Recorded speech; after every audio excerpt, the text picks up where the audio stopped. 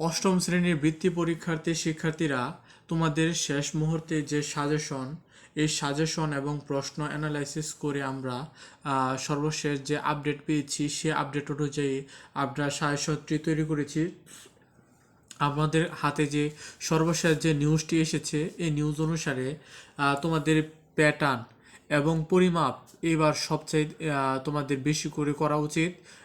পাটিগণিতের জন্য তোমরা দুইটি অংশ করলেই হবে, প্যাটার্ন এবং পরিমাপ। তোমরা শুধু পাটিগণিতে এই দুইটি অধ্যায় ভালো করে পড়ো, এখান থেকে তোমরা দুইটি সিকিউ পেয়ে যেতে পারো।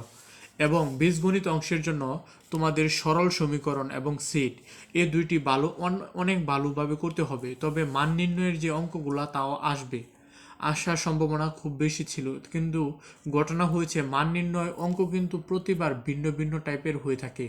মান নির্ণয় কিন্তু তোমরা পরীক্ষার হলে কিন্তু জট পাকিয়ে ফেলতে পারো। এই ক্ষেত্রে তোমরা মান নির্ণয় না করে তোমরা কিন্তু সরল সমীকরণ এবং সেটের দিকে ফোকাস করো। এই দুইটা বীজগণিত থেকে তোমরা এই দুইটা ভালোভাবে কভার করলেই হয়ে যাবে। তবে এমসিকিউর জন্য সকল অধ্যায়গুলোই দেখে নেবে। আর জ্যামিতির জন্য শুধু পিথাগোরাসের যে 3 নাম্বার যে উপপাদ্যটা আছে, অর্থাৎ ব্যতিক্রম যে উপপাদ্যটা আছে সবচেয়ে ছোট, ওই উপপাদ্যটা শিখবে। আর বৃত্ত থেকে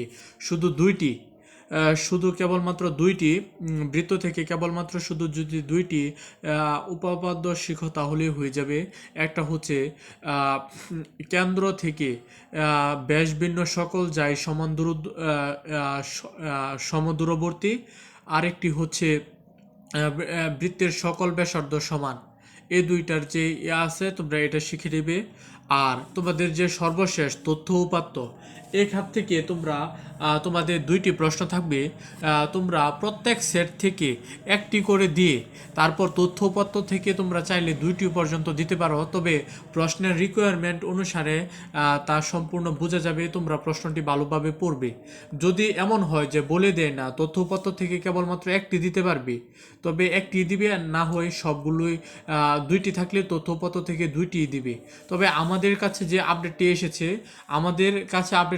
পাটিগণিত, বীজগণিত, এই যে তোমাদের যে পাটিগণিত এবং তোমাদের যে বীজগণিত আছে এবং জ্যামিতি আছে, এ প্রত্যেক এবং তথ্য উপাত্ত এই চারটা বিভাগ থেকে প্রত্যেকটা বিভাগ থেকে একটি করে দিতে হবে। একটি করে দিয়ে তোমাদের মোট পাঁচটা দিতে হবে। এর মধ্যে প্রত্যেক বিভাগ থেকে একটি করে দিবে। তারপর তোমার ইচ্ছা মতো যে কোনো আরেকটি বিভাগ থেকে যে কোনো একটি দিতে পারো। এই ক্ষেত্রে তোমরা কিন্তু তথ্য উপাত্তকে বেছে নেবে, কারণ তথ্য উপাত্ত কিন্তু তুলনামূলক সহজ হয়ে থাকে। ধন্যবাদ সবাইকে। আশা করি ইনশাল্লাহ তোমরা 98% নাম্বার তুলতে সক্ষম হবে।